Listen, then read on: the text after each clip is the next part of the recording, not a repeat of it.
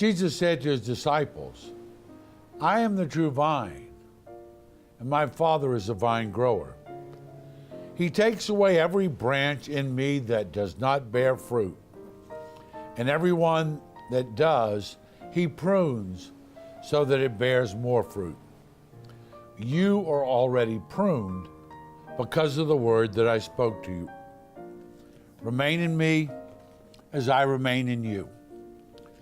Just as a branch cannot bear fruit on its own unless it remains on the vine, so neither can you unless you remain in me. I am the vine, and you are the branches. Whoever remains in me and I in him will bear much fruit, because without me you can do nothing. Anyone who does not remain in me will be thrown out like a branch and wither. People will gather them and throw them in a fire, and they will be burned. If you remain in me and my words remain in you, ask for whatever you want, and it will be done for you. By this is my Father glorified, that you bear much fruit and become my disciples. Hi, and welcome to Close Walk Catholic Communications. I'm Father Bayer, your host. We're glad that you can join us today. Whoever remains in me and I in him will bear much fruit, because without me you can do nothing. Oh, yeah? Well, I got a brother-in-law, who thinks anyone who believes in God is just a bunch of idiots, and he's got a car, and he's got a boat, and he's got a home in Hollywood Hills, and he's got this, and he's got that. What are we talking about doing here? What are we talking about achieving? And see, and I think that's a baseline question. What does it mean to achieve something in the sight of God? I'm sure many of you have received that email, the 10 questions that God will not ask you when you die, and it was like, what kind of job did you have, and how much money do you have in the bank, and what kind of car did you drive, and what type of home did you live in, and where did you get your degrees and your education? And when we talk about doing something, a lot of people have become seduced, have become fooled by what it means to achieve something in this world. During the Easter Vigil this year, my dad died. And that was a challenging thing, but it was very consoling that my dad died during the Easter Vigil. Now, when my grandfather was accidentally killed, my dad had to drop out of high school, go to work, let his 2 younger brothers of the 9 siblings, let them finish school. He supported my grandmother. He supported those 2 younger brothers. And he supported, throughout his life, his sisters who had difficult challenges and that sort of thing. And his generosity, Dad never had a lot, but he achieved a lot. And, it's interesting. As priests, we always talk about the fact that one day we'll have to bury our parents, and we know that. And the thing you fear is getting up and preaching at your own father's funeral. And I was certainly no different. I mean, we were so grateful for Dad's life that overcame the sense of loss and the grief, dying at the age of 93. But the abundance of grace that came, and I just started to recount in my own life the things that Dad achieved. And for many people, you would go, Dad wasn't world traveled. He never did get to finish his high school education. He worked at a plant and retired after 36 years, but raising 5 children, his salary from the plant wasn't enough to put 5 children through Catholic schools. So long before UPS and FedEx, he used to work, take his vacation to work at the post office and deliver Christmas packages. And he also had a little tractor where he went around and prepared people's yards for their spring gardens. And he also ran a truck farm, which we were expected to work in. Now, you take someone who, might have a chest full of medals or a string of honorary degrees or awards, and you say, wow. But what my father achieved was not necessarily greatness in the eyes of the world, but it was in the eyes of his children. It was in the eyes of his grandchildren. And he left very subtle reminders in our lives of what it means to be faithful. I told everybody, I said, listen, if we missed Mass, it's because we were in the hospital. And my dad was very clear. If you don't have an hour to thank God for everything he does for you every week, you don't have time to do anything. If you don't do that, you stay inside the house, except when we had to go work in the yard and the garden, okay? Small things. I remember my dad kneeling down all of his life, in his 70s and 80s, kneeling down by his bed at night to say his prayers. It was just an impact. I was in the seminary. I didn't kneel by my bed at night. I prayed, but I didn't kneel by my bed at night. My dad worked at a plant. When he worked the dog, what he would do is he would leave at 10 o'clock. He had this old tin pan that Mother hid his food in. And he'd have his suit, his coat and his tie and his suit over his shoulder. He'd take it to the plant. And when he got off in time to make 6 o'clock Mass, he never would go to church in work clothes. He had to have his suit and coat and tie. And he went to work that way.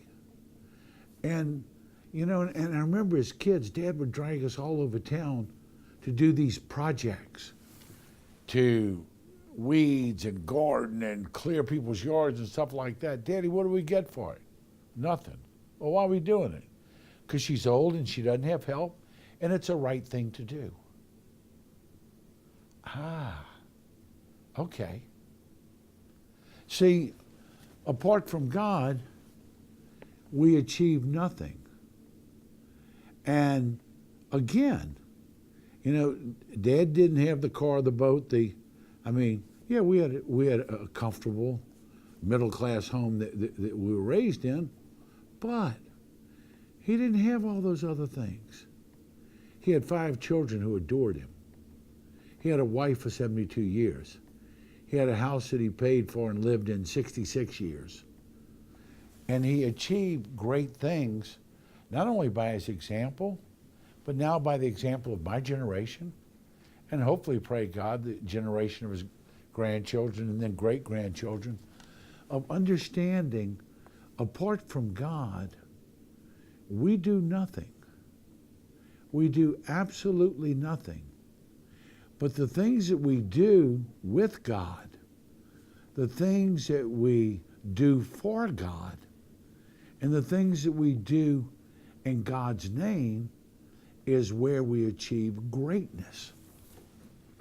Now, this is not an opportunity to canonize my father. He was a wonderful man, but he wasn't a saint. He was hard-headed. We loved to pick on him, and everybody loved to pick on him. We had a lot of fun with him. And I'm not going to, if I recount some stories, I can't do it accurately because my mother gets mad when I use that language on television, okay? But I'm just saying that he was never apart from God, that God was always a part of everything that he did. And his life and his legacy, there lies the greatness of it, not in the other material things. Yeah, we've all been to college and all that stuff, and we've got degrees, and we've traveled, and we've done all these different things. But Dad taught us what greatness was.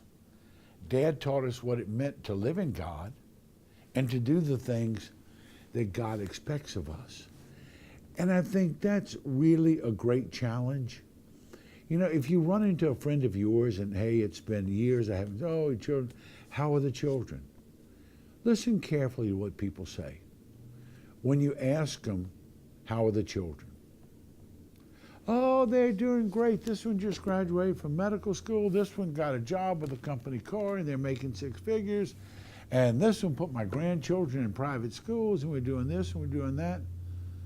When you ask people, how are the children? They're going to tell you how they are. They're not going to tell you about them. They're not going to tell you about their faith life and their faith journey. They're not going to tell you about what type of spouse they are and how they treat their spouse and how they love their spouse. They're not going to tell you about what kind of role model they are for their children. They're not going to tell you, whether or not they use recreational drugs or whether or not they drink too much. They're going to tell you all the things that people want to know about being a success. And we consider ourselves oftentimes a success by the degrees that we attain and the money that we earn. And that's what's really sad. I found this when I was in vocation work. People would say, oh my gosh, I don't want my child to be a priest. I don't want my child to be a nun. That's such a lonely life. And they'll never make any money. Who's going to take care of them in their old age? Let me tell you, I am filthy rich. I'm filthy rich. Not what I have in the bank. What I have in my heart for the people who I've been able to be part of their lives, and what people have in their heart for me, for how I've been part of their lives. I don't worry about what's going to come of me when I get old, which isn't that far away, by the way. I don't worry about that, because the same God who's given me everything I've ever needed and more, certainly more than I deserve and certainly more than I was faithful for, that same God's going to be part of it.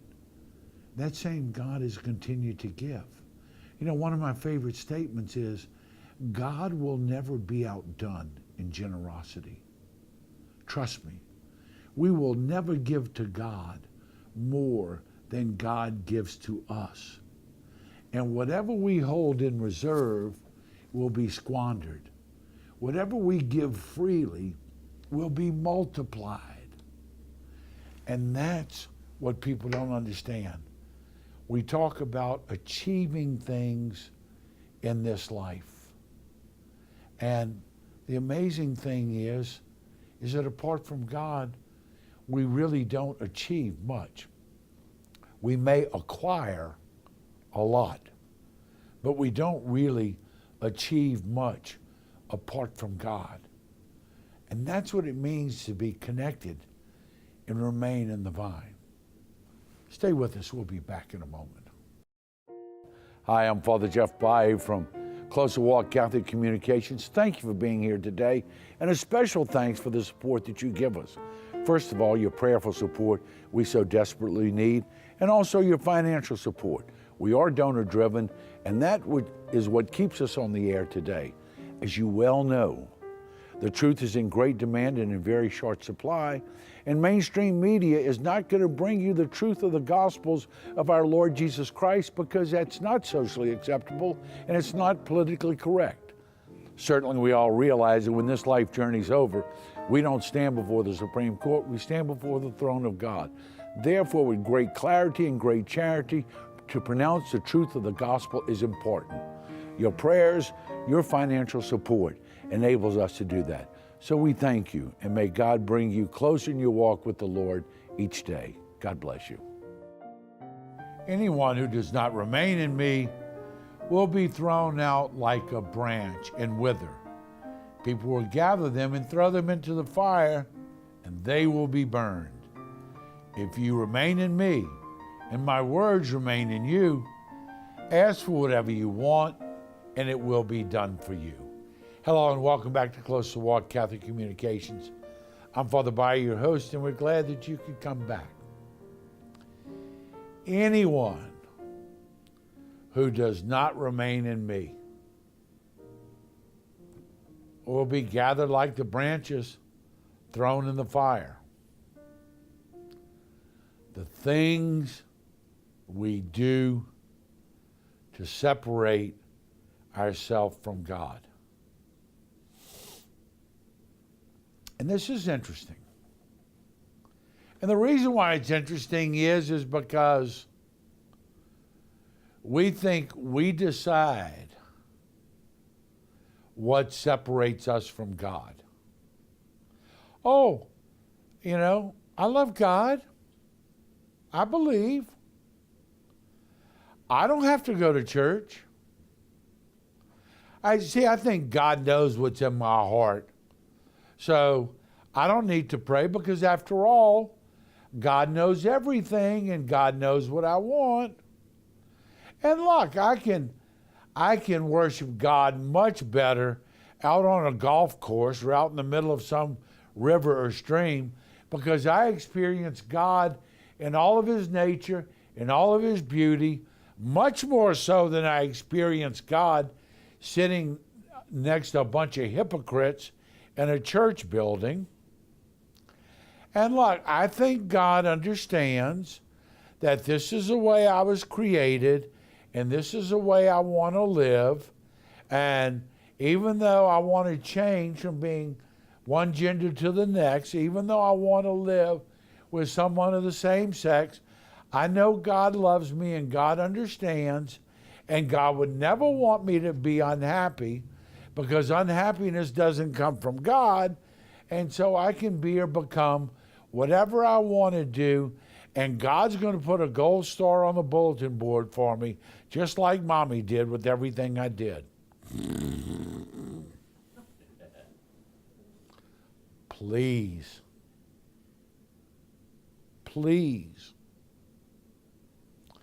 Did God create man or did man create God? At what point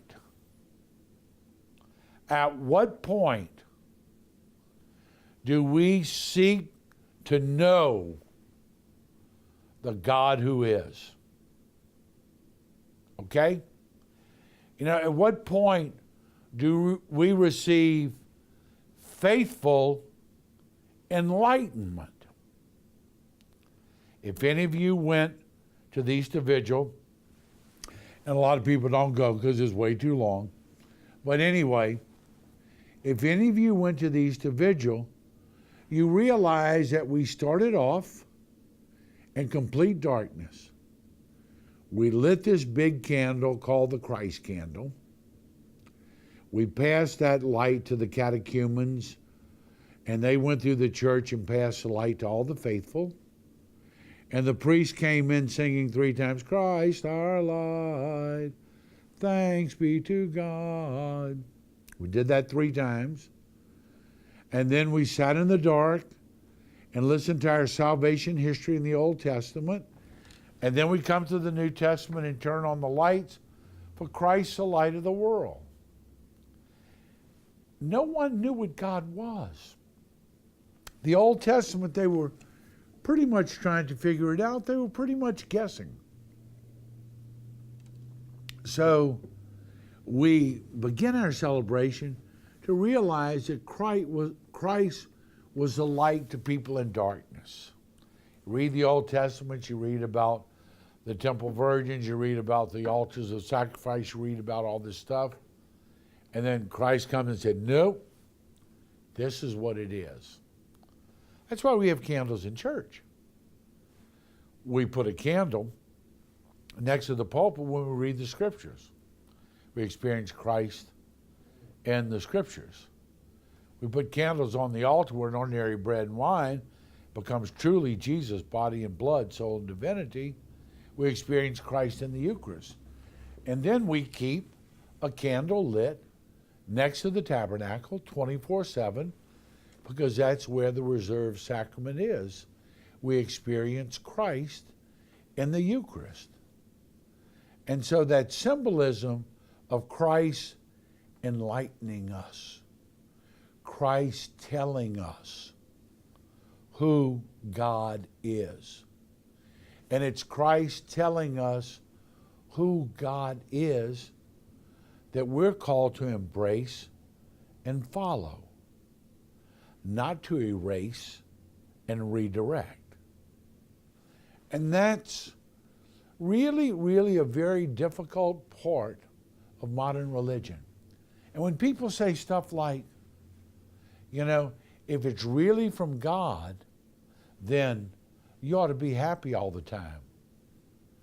What book did you read? What book did you read? Mine didn't finish with, and they all lived happily ever after. Anyone who wishes to be my disciple must take up his cross and follow me. And in Luke, must take up his cross daily and follow me. So if I'm living with the cross of some dysfunction, whether it's mentally, whether it's spiritually, whether it's sexually, or any of these other things, I'm called to carry my cross and be faithful to Christ. But God doesn't want me to be unhappy. No. So why are you in and out of 15 different relationships if you're so happy?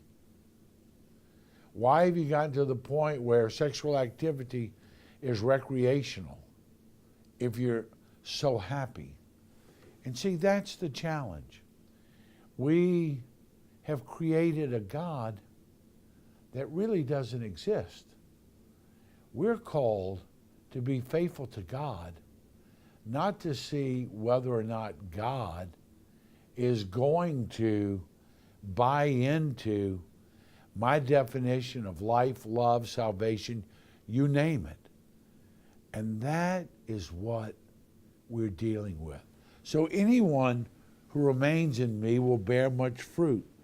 But anyone who does not remain in me will be thrown out like a branch and wither, and will be gathered and thrown into the fire. You think that's a veiled reference to heaven and hell? Do you really believe, and I know what the new Jesuit provincial said, that he doesn't believe there's really a hell. Well, believe who you want. Trust me, baby. Heaven is real. Hell is real. God is real. And the devil is real. I had a young person come to me and, on this great spiritual journey, but still, still having sex, still drinking, still dropping acid, still doing this, still doing that. And I said, baby, all you're doing is putting out the welcome mat for the devil. And what's going to happen is you're going to keep partying and thinking God wants you not to have any fun, and the devil's a barrel full of laughs. We have a lot of people like that. Oh, my religion does not embrace hate. Neither does mine. My religion embraces the hate of behaviors, not the hate of people. God is very, very clear. We're called to love the sin, hate the sin, and love the sinner.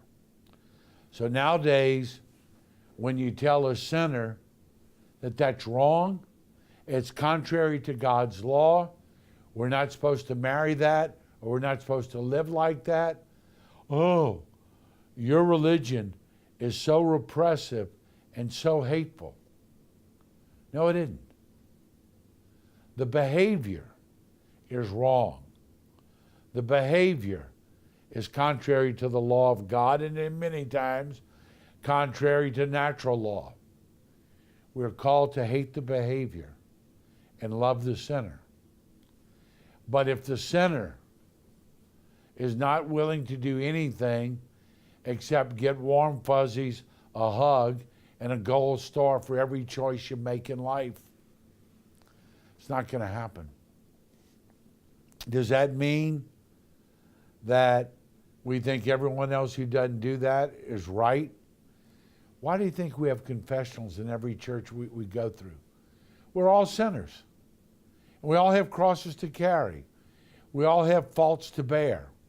We all have behaviors in our life that we need to correct. Please don't think because I do it and I feel good about it and I'm not bothered about it to mistake that with conscience and say everything is okay. All I'm asking you is read the book. Follow the law of God.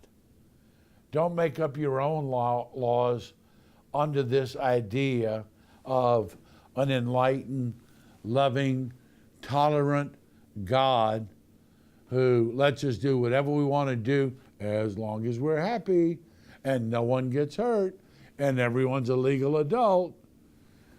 Do all you want, and then we all go into heaven on a party barge. Those who do not remain in me will be thrown out like a branch and wither and be thrown into the fire. Please, in so many things in life, when we separate ourselves from God, we're just lost. And we may have a bunch of answers. We may think we know a lot of stuff. We may have accumulated and acquired all the so-called riches that this world has to offer and to provide. But apart from God, we'll get thrown into the fire. Not the stuff you accumulate. That's left for your children to fight over, because where there's a will, there's a relative, okay? And the more you have, the more they're going to fight if you don't instill in them the love of God, the law of God, the desire to be pleasing in the sight of God, the desire to serve God with your life, and the desire to be something in the sight of God, not in the sight of your friends you want to impress. Karl Rahner, we are who we are in the sight of God. Nothing more and nothing less. Stay connected. You don't need Wi-Fi for this one. Stay connected. God bless you, and may He bring you closer each day in your walk with the Lord.